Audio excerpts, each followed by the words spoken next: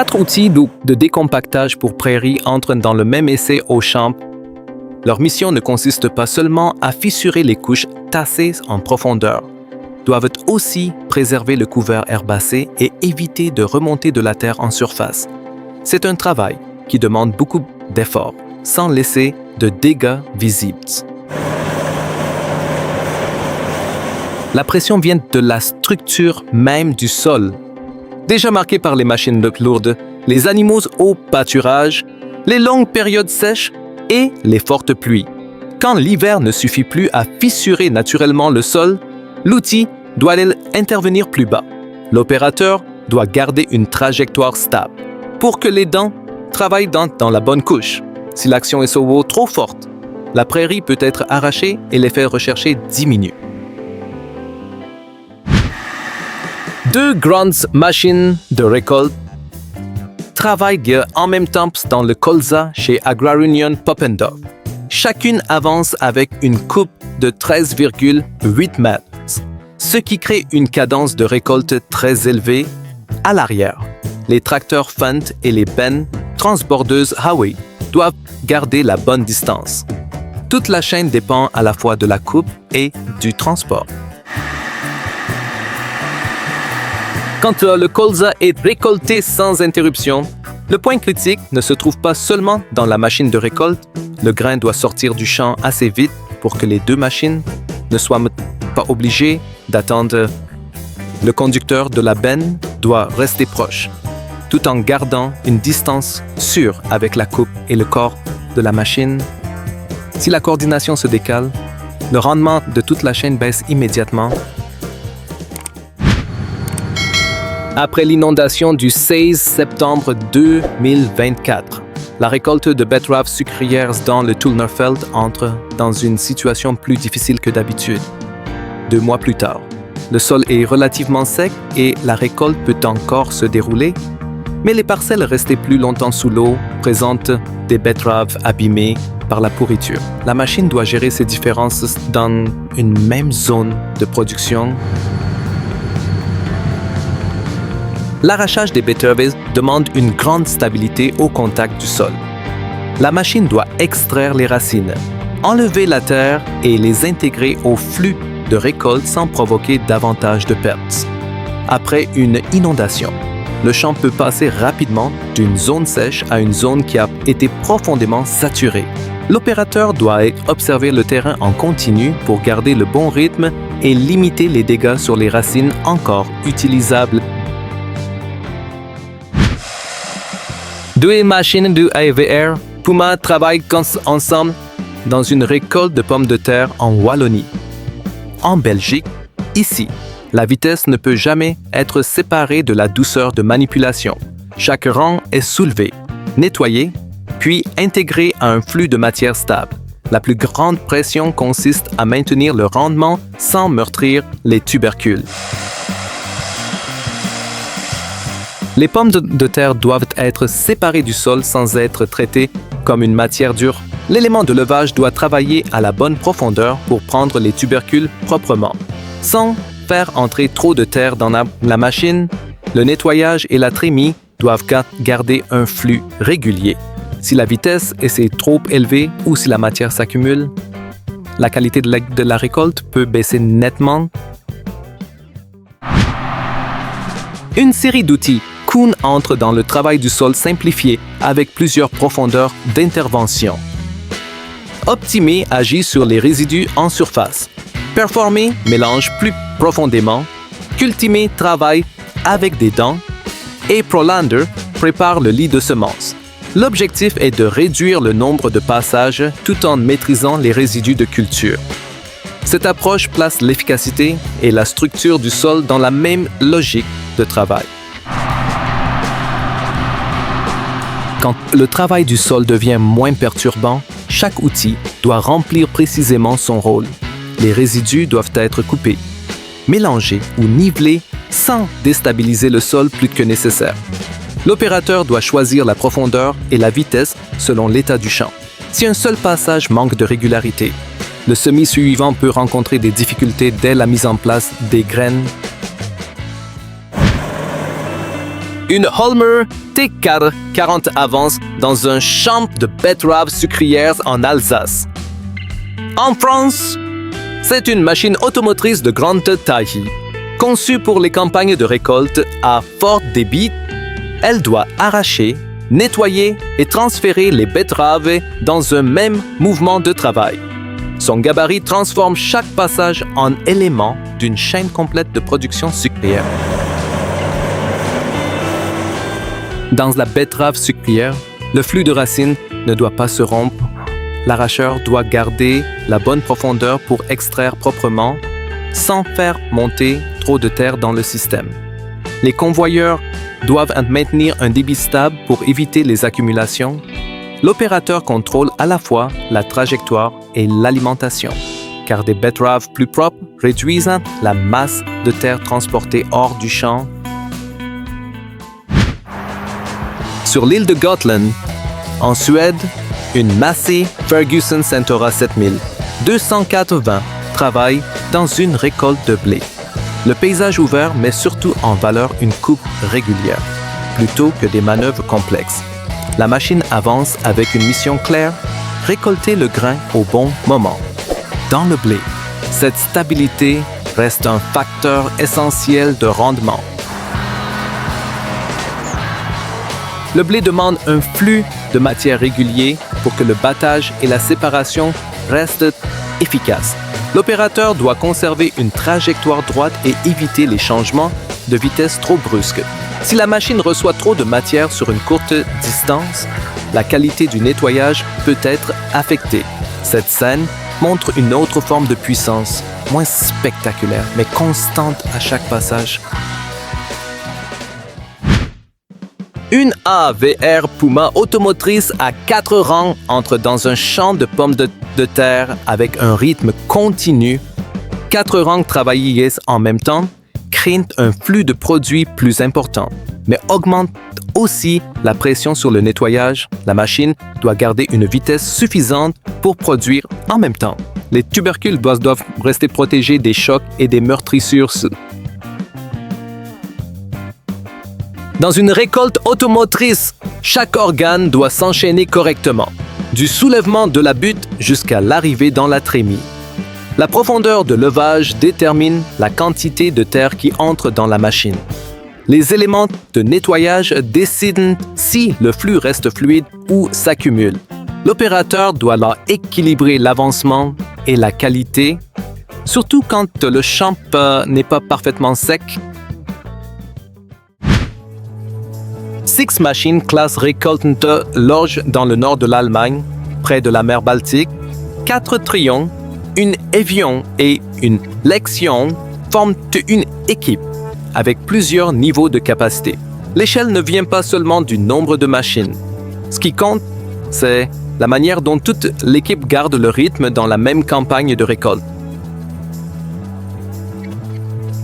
Chaque machine joue un rôle dans le flux de coupe et de collecte. Les passages doivent être organisés pour ne pas se gêner et pour ne laisser aucune zone de côté. Quand plusieurs machines travaillent ensemble, la logistique en arrière devient décisive. Si les véhicules de transport ne suivent pas, toute l'équipe peut perdre son rythme, même si chaque machine a encore de la capacité. Une herse à disques en Scheinfliegel travaille dans un couvert végétal. Au lieu de demander plusieurs passages séparés, l'outil est utilisé pour fragmenter et incorporer la matière en une seule traction. Il est aussi présenté pour la gestion des adventices, la réduction de certains ravageurs du maïs et la préparation du lit de semences. La difficulté consiste à traiter une masse végétale tout en gardant une surface régulière. Le couvert végétal peut protéger le sol, retenir des éléments nutritifs et améliorer la capacité de rétention d'eau. Mais au moment de le gérer, cette biomasse doit être coupée puis intégrée dans la bonne couche du sol. La machine doit traverser une matière parfois dense sans se bloquer. L'opérateur doit garder une vitesse constante pour que la coupe et le mélange restent continus sur toute la largeur de travail. Un case Puma 160. 15 tire une charrue réversible Pöttinger Servo 35 à 4 corps dans les champs d'Oberpurfos. Au Tyrol, la mission consiste à enfouir du fumier de bovins et à remettre la surface en état de culture. C'est un travail lourd, mais il doit produire un labour propre. Le tracteur doit garder une traction stable à chaque passage. Quand on enfouit de la matière organique, la profondeur et le retournement du sol déterminent le résultat final. Si le labour n'est pas régulier, le fumier peut rester trop proche de la surface ou le champ peut devenir irrégulier. L'opérateur doit aligner la trajectoire, maintenir la vitesse et contrôler l'effort de traction quand l'adhérence change. Ici, la précision ne vient pas de la vitesse, mais de chaque bande de terre retournée correctement. Un Ensign YI1404 effet tire une charrue Oostmack dans un travail de labour profond. Cette opération place toute la transmission sous une charge continue. Le sol doit être fissuré plus bas, retourné plus fortement et préparé depuis les couches inférieures. La scène se concentre sur une traction stable plutôt que sur la vitesse de déplacement. Le labour profond est choisi quand l'objectif est d'ameublir la structure, d'enfouir les résidus et de remettre la parcelle en condition avant la culture suivante. Le tracteur doit garder son adhérence sans rupture d'effort. Si la vitesse devient irrégulière, le sillon change et l'efficacité du travail baisse. L'opérateur doit sentir la charge sur chaque portion du champ pour ne pas pousser la machine au-delà d'un rythme raisonnable. La SA-Lifté SP275 travaille dans une récolte de patates douces aux Pays-Bas. La machine soulève les racines avec un soc, les amène sur un convoyeur, puis les fait passer dans un système de secouage pour enlever la terre. Ensuite, le produit arrive sur une table de tri manuelle. Tout le processus privilégie la douceur plutôt que la vitesse absolue. La patate douce est une racine sensible, donc son parcours doit être contrôlé avec soin. L'élément de levage doit sortir le produit du sol sans trop le casser ni le marquer. Les secoueurs hydrauliques doivent enlever la terre sans créer de choc excessif. L'opérateur et l'équipe de tri protègent ensemble la qualité finale du flux de récolte. 2. John Deere 8500, 30 et 8370 R apparaissent dans une série de travaux du sol chez Dono Farm. Les images se concentrent sur la traction lourde et sur le rôle du travail du sol dans le cycle de culture. Les résidus doivent être gérés, la surface préparée et la compaction contrôlée. C'est une étape de base avant le semis. Le travail du sol ne consiste pas seulement à tirer un outil à travers un champ. La profondeur, l'émiettement et le mélange des résidus déterminent la qualité de la couche cultivée. L'opérateur doit lire les conditions du sol à chaque portion, surtout quand l'humidité ou la densité changent. Si l'action est trop superficielle, le sol n'est pas assez préparé. Si elle est trop profonde, l'effort augmente et la structure peut être affectée. Une classe Trion 660 et une Tucano 430 récoltent l'orge en 2025. C'est une équipe réaliste, sans excès, mais avec un rythme de travail solide. L'orge demande à la fois du débit, une bonne qualité de paille et un échantillon de grains propres. Les deux machines doivent se compléter sur la même parcelle. Pendant la récolte de l'orge, le flux de matière doit rester régulier pour limiter les pertes et préserver la séparation du grain. La Trion porte une partie de la capacité, tandis que la Tucano apporte une machine plus compacte mais efficace. Les opérateurs doivent garder leur ligne et une alimentation stable. Si la paille laisse être traitée de façon irrégulière, les étapes après récolte peuvent devenir plus difficiles. Une Pluger AR4 BX neuve entre dans la récolte de pommes de terre chez Rovers Loonbedrijf. La machine reçoit 5 tapis de tamisage et un tapis incliné pour gérer le flux du produit. Le point central est de nettoyer fortement tout en gardant un mouvement doux. Avec les racines et les tubercules, le rendement ne vaut que si le produit sort du champ en bon état. Les 5 tapis de tamisage séparent progressivement la terre et les impuretés. Le tapis incliné aide les pommes de terre à traverser la zone de nettoyage sans casser le rythme de la machine. La grande guétrémie réduit les temps non productifs dans le champ. L'opérateur doit garder une vitesse adaptée pour éviter la surcharge, car un flux trop dense peut réduire l'efficacité du nettoyage. Sur un terrain en pente, la New Holland TC 5420 Hillside entre dans une récolte plus difficile qu'en plaine. Le défi ne consiste pas seulement à couper et à séparer le grain. La machine doit aussi rester stable en dévers, en montée ou en descente. Si cette stabilité se dégrade, la qualité de récolte et la sécurité de travail sont toutes les deux touchées. La capacité de travail en pente aide à maintenir le battage et le nettoyage dans des conditions plus régulières. La trémie de 6400 litres ajoute une contrainte de charge lorsque le terrain n'est pas plat. L'opérateur doit contrôler la direction, la vitesse et le moment de la vidange avec attention. Sur ce type de relief, la stabilité compte autant que la puissance. À Elton, en Louisiane, Burn Farms commence la récolte du riz avec une nouvelle John Deere i9. Le riz demande une forte résistance à l'usure pendant la récolte.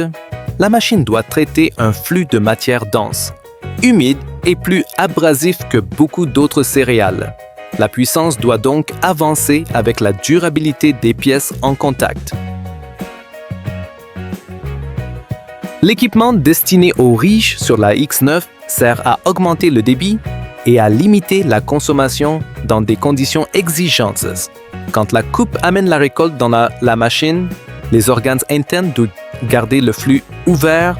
L'opérateur doit surveiller à la fois l'avancement et la qualité du grain après nettoyage. Dans le riz, une grande machine n'est efficace que si elle garde son rythme sur de longues passes. Un Fendt 820 Variolabor près de Meervel. Dans la région d'Udel, aux Pays-Bas, la scène se concentre sur une traction régulière, des sillons propres et une vitesse stable. Avec la transmission Vario, le conducteur peut ajuster l'avancement avec douceur selon l'état du sol. C'est un avantage clair dans un travail qui demande un effort continu. Quand l'adhérence change, la vitesse de labour ne peut pas rester figée. L'opérateur doit augmenter ou réduire légèrement pour que la charrue retourne toujours le sol à la bonne profondeur. Si la machine va trop vite, le sillon peut perdre sa forme. Si elle avance trop lentement, le rendement baisse. Le réglage progressif aide le tracteur et la charrue à garder le même rythme. Près de Kirkland, dans l'Illinois, Avis Farms ouvre un champ de blé d'hiver rouge tendre avec une John Deere 9560. Le premier passage est toujours important, car il trace la ligne pour les tours suivants. La machine doit entrer dans une récolte encore intacte, sans couloir déjà ouvert. C'est à ce moment que l'opérateur fixe le rythme du reste du travail. Quand on ouvre un champ, la première ligne doit être assez droite et assez propre. Pour faciliter les passages suivants, l'opérateur doit contrôler en même temps la vitesse, l'alimentation et la position de la coupe. Si l'ouverture est mal organisée, les demi-tours et les vidanges peuvent prendre plus de temps ensuite. Une récolte efficace commence souvent par ces décisions très précoces de... La DeWolf R 2060 entre dans la récolte des pommes de terre avec une configuration traînée à 2 rangs. La machine est pensée autour de la vitesse de travail, de la facilité d'utilisation et de la qualité des tubercules. Une trémie de 7 tonnes et la possibilité de décharger en roulant réduisent les temps d'arrêt. C'est une façon pour une machine traînée de garder un rythme élevé. Le principe de récolte déportée aide à limiter la compaction des buts et à améliorer le tamisage. Les grandes 16 roues soutiennent à peine le déplacement dans plusieurs conditions météo. Le nettoyage doit séparer la terre efficacement sans exposer les pommes de terre à des chocs excessifs. L'opérateur doit maintenir un flux régulier car un seul blocage peut réduire à la fois le débit et la qualité. 4 machines Vervet récoltent entre des betteraves sucrières dans un même champ. Près de la frontière entre la France et la Belgique, une telle échelle transforme l'arrachage en grande opération logistique. Chaque machine doit garder son propre espace de travail tout en restant dans le rythme commun. Quand 4 flux de récolte avancent ensemble, la pression sur le transfert augmente nettement. Les betteraves doivent être arrachées, nettoyées et regroupées dans un flux stable pour éviter les blocages dans le champ. Si une machine perd le rythme, les véhicules de transport ou la zone de stockage peuvent être saturés. L'opérateur doit suivre sa propre trajectoire tout en surveillant la position des machines voisines. Ici, la force vient de la coordination, pas seulement de chaque machine prise séparément. La Grimm Varitron 270 ouvre le premier champ de pommes de terre Rooster chez G-Ray Farms. La machine travaille sur une terre argileuse de Myro où le sol collant peut compliquer le nettoyage. Le système Multicep aide à séparer la terre, les impuretés et les tubercules avant l'arrivée vers les trieurs sur la plateforme supérieure. La pression principale consiste à garder un flux propre dans un sol difficile. 2 gants de pneus et une chenille aident la machine à mieux répartir la charge sur le champ quand l'argile colle au flux de matière. Le système de séparation doit travailler en continu pour éviter d'emporter trop de terre avec les pommes de terre. L'opérateur doit garder une vitesse adaptée pour laisser au multicep le temps de nettoyer. S'il avance trop vite, la qualité baisse et l'équipe de tri reçoit plus de pression. Du travail du sol au semis, puis jusqu'aux récoltes de céréales, de betteraves et de pommes de terre. Ces machines montrent que la puissance n'a de valeur que lorsqu'elle reste maîtrisée. Dites quelle opération vous a le plus marqué sur Titans du transport.